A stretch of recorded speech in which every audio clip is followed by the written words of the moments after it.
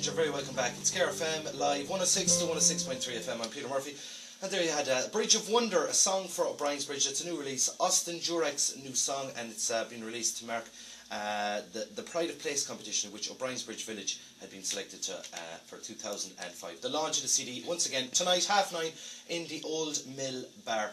Make sure you go along. It's going to be a great night there. And a reminder as well for your followers of... it's a wonderful place to live, really. I came here to this area about 15 years ago to live here, but my association with the village goes back much further than that.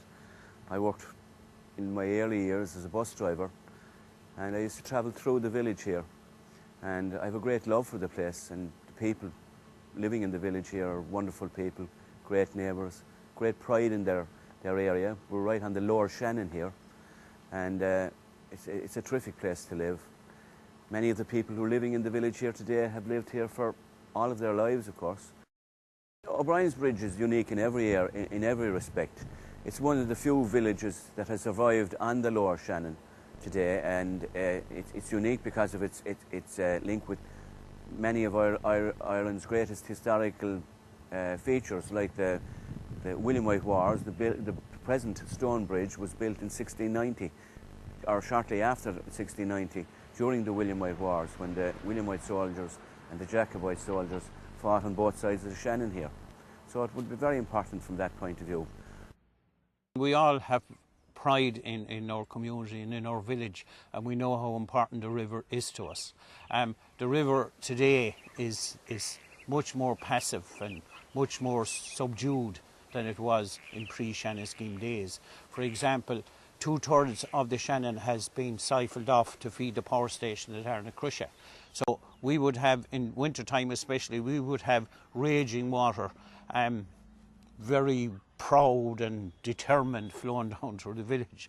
But now, as I said, it's much smoother, and it maybe adds to the tranquility of the village.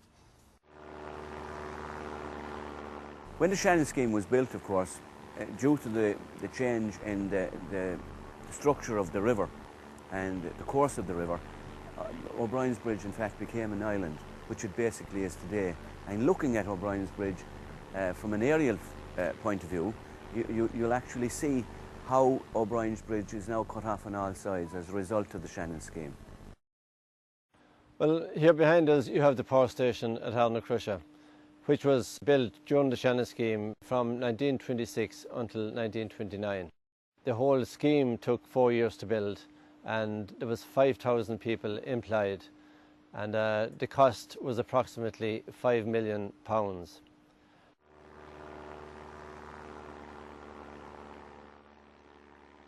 The Shannon scheme started, the first structure was a building of a weir at just 1.5 miles above O'Brien's Bridge, and then a 7.5 mile canal as far as Arnacrusha. At Arnacrusha, a power station was built, and then from the power station to rejoin the old Shannon, a tail race had to be built for 1.5 miles. So the whole project covered over 10 miles. Siemens Schukert Bore Union were the name of the company that they carried out the works, and Siemens Schukert supplied the machinery, the generators, for the station. They carried out all the engineering aspect to the scheme, but the majority of the workforce were Irish. But the working conditions were extremely difficult. People really were out in all conditions. The type of work that was involved in excavating and removing material from all along the site was very difficult. The Shannon scheme itself was of huge benefit to the working class people who got employment there, and at a time when there was very little employment. There's hardly a family in the village or the immediate area that didn't have somebody working on the scheme at one stage or another. It trained guys, made skilled workers of people in the area, and they went on to other employment from that. So that was a huge positive impact, was the employment it gave. O'Brien's Bridge really is a fisherman's paradise. He can fish for salmon, pike and coarse fish. Now, there are large amounts of all type of fish in the river.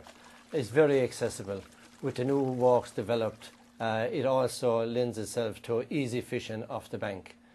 Well, the walkways were originally the old tow paths that the horse-drawn barges would use. The horses would use that as a tow path to pull the barges along the old canal system. That was before the Shannon scheme, of course. So life was very much different at that time. A number of years ago, as part of a heritage project, we restored the old tow paths along the walk and made a walkway along by the Shannon there. We restored some of the arches and the bridges there. And today it's a great amenity walk for people living in the village and people coming into the village again. There's an upstream and a downstream.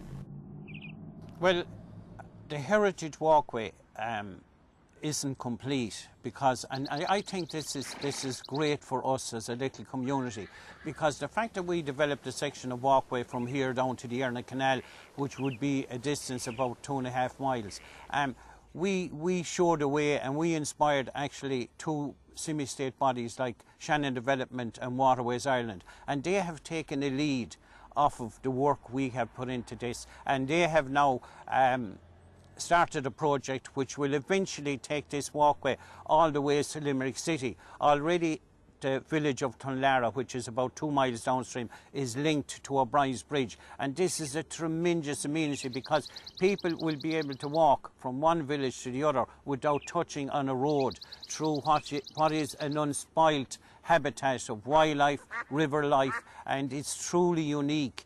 And I remember the walkway when we opened it first being described as one of the most important walkways in Clare. So we're very proud of that. Another project that we're in the process, our present project in fact, is the restoration of a 12th century Hiberno-Romanesque oratory on Inishlasky Island, which is just a little bit downstream here. It's an island on the Lower Shannon, and that oratory would have been a local church at one time. And it's in ruins now, and we're in the process of restoring it as part of our next heritage project. Over the past 12 months, since I've become aware and since I've become their local representative, it's been a pleasure to be able to deal and work with the people involved. I think it's acknowledged not only from me as a representative, but also by officials of Clare County Council. The hard work and the commitment given by the people of the Community Council in OBriens Bridge. I think what has been achieved to date is a wonderful, wonderful tribute to the people and to their commitment and effort. Not every area in County Clare has the facilities and the natural amenity that OBriens Bridge have, such as the River Shannon. But indeed, if it's only for the enthusiasm, the commitment and the will to see a project through, I think that in itself, if anybody wants to see that come through, then he'll go no further than the committee and the people of OBriens Bridge.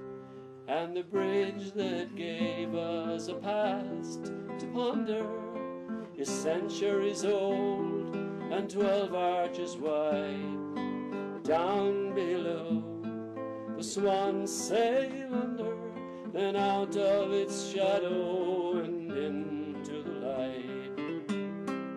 There's a river that flows like no other river, winding its way to the sea. The river is mine, and I don't mind saying, no one can take this old river from me. The river is mine, and I don't mind saying, no one can take this old river